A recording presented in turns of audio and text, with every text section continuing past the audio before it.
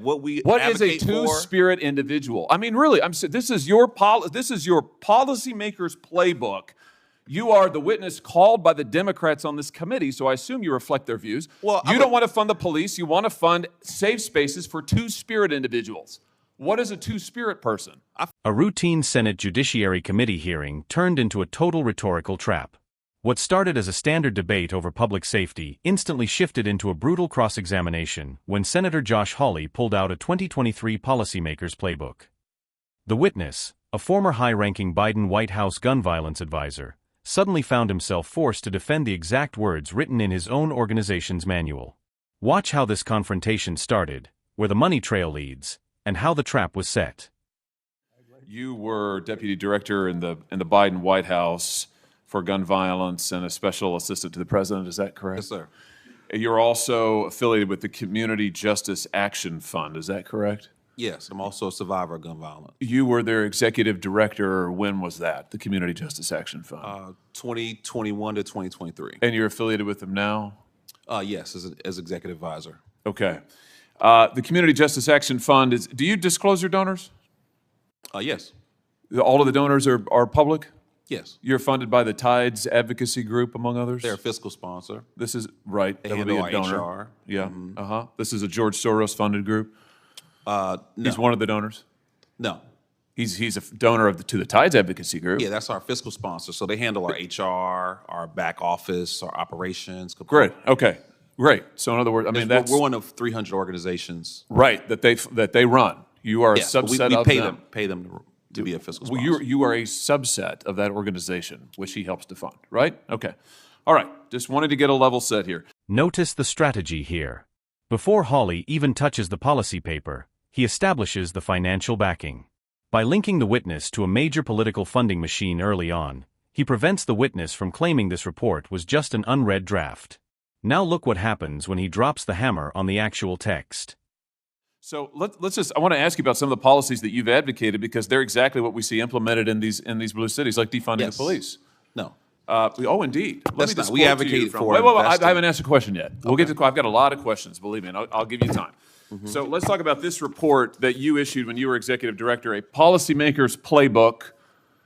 And I'll ask you to enter it into the record, Mr. Chairman. Great. Without objection. Thank you. In this report, you advocate, and I quote now, defunding the police because the long-term goal is fundamentally to reimagine how the state serves its citizens in the project of public safety. You go on to say police departments traumatize residents through a destructive cycle of racist over-policing, and the answer is not to add any more money to police budgets.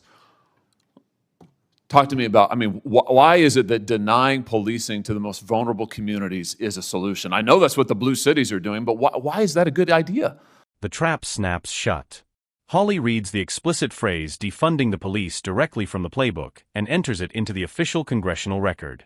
This forces the witness into a brutal structural paradox. Watch how he tries to slide out of it. Well, look, I in no way stand with defunding law enforcement. That's what your report says. Sheriff Mike Sheridan, who taught me how to drive when I was 16 years old. Wait. Your report, when your executive director said you wanted to defund the police, do you renounce this report? Mr. Jackson, do you renounce the report that you authored as executive director? Here it is. You're the second senator to bring up an op-ed This isn't an op-ed. This is your report, a policymaker's playbook to reduce gun violence without policing communities. Okay. Community Justice Action Fund, copyright 2023, when you were executive director. Now you say you don't know anything about it. Now you say that you haven't heard of it, just like the Democrats who all of a sudden say, we're all for the police. They've been advocating defunding them for years. Okay, well, you can look at documents or you can look at results. My question is, do you renounce this report now? You say you no longer agree with this. And my answer is that I led the efforts to invest $42 billion in law enforcement. You've advocated defunding the police as executive director of an organization that you still lead and are affiliated with. Never see me advocate for that directly. What you see me advocate for is a comprehensive approach to reducing violence. Right, the comprehensive approach is defunding the police, which is what this says. The entire time. This is so typical of what the Democrats do now. After your policies have transparently failed and led to the deaths of millions of Americans, now you say you've never heard of defunding the police. Your own report recommends it on page after page after page. This is a classic administrative pivot. Jackson tries to run from the radical wording of his past advocacy role by highlighting his real-world government funding record. But Hawley completely closes the exit route, demanding a binary choice. Do you renounce it? And right here, the debate shifts into a bizarre cultural standoff. Here's what you say we ought to invest in. Instead of funding the police, here's what we ought to invest in. We need to invest in programs that acknowledge the need for safe space initiatives led by lesbian, gay, bisexual, two-spirit, trans, and gender nonconforming people. What's two-spirit? Well, look, I don't know exactly. You guys are pulling some interesting quotes. This here. is from your report. If you look at the report, the focus is on investing in violence intervention, outreach workers. You say that you shouldn't invest in the police, but we ought to invest in two-spirit community programs that acknowledge two-spirit individuals. We are not going to discriminate what is that? We're not going to discriminate against any nonprofit that what wants is to a help us prevent violence in our community. What is two-spirit? You say don't fund the police, but do fund programs that create safe spaces for two-spirit people. What is? I just want to know. I don't know what that is. I have no idea what that is. Well, I honestly, I'm not completely aware of the language or the spirit spirit of how that was report? written. But what I'm telling you is that what is a two-spirit individual? I mean, really, this is your policymaker's playbook. You are the witness called by the Democrats on this committee, so I assume you reflect their views. Well, you don't want to fund the police. You want to fund safe spaces for two-spirit individuals. What is a two-spirit person? I feel like I'm looking at a two-faced individual because you talk about reducing violence. Oh, no, sir. Violence. You're looking at somebody who's reading you your own words, and I'd like to hear an answer. Programs. Here's the answer. The answer is you don't have any solutions. You want to invest in gobbledygook and take away money from police officers who actually keep our communities safe, and when you're called on the record, you deny it. It's all there in black and white, and your record is there in black and white, and it's a disgrace. We reduced homicides by 31%, and as someone who's been shot and nearly killed, I take offense that you would think that the last 13 years you won't answer my we're not focused on that reducing you deny violence. your own words, and that you are leading this committee astray, and frankly, sir, your policies are absurd.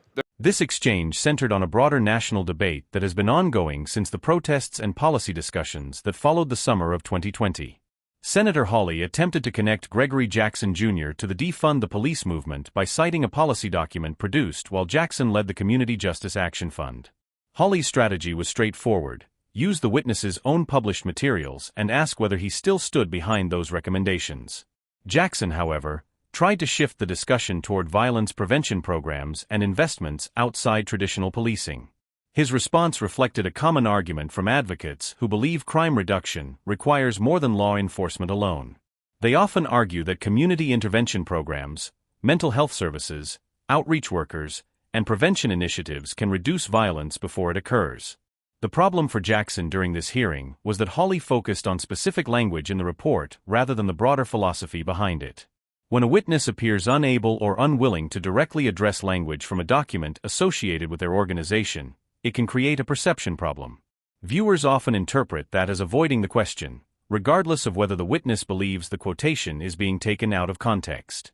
The Defund the Police debate remains politically significant because public opinion shifted considerably after crime increases in several major cities. Many voters became skeptical of proposals perceived as reducing police funding or limiting law enforcement resources. As a result, lawmakers frequently revisit statements and policy documents from that period to evaluate whether those ideas succeeded or failed. Another notable moment involved Hawley's questions about references to two-spirit individuals in the report. Rather than discussing violence prevention outcomes, the hearing moved into a cultural and political debate over language and identity.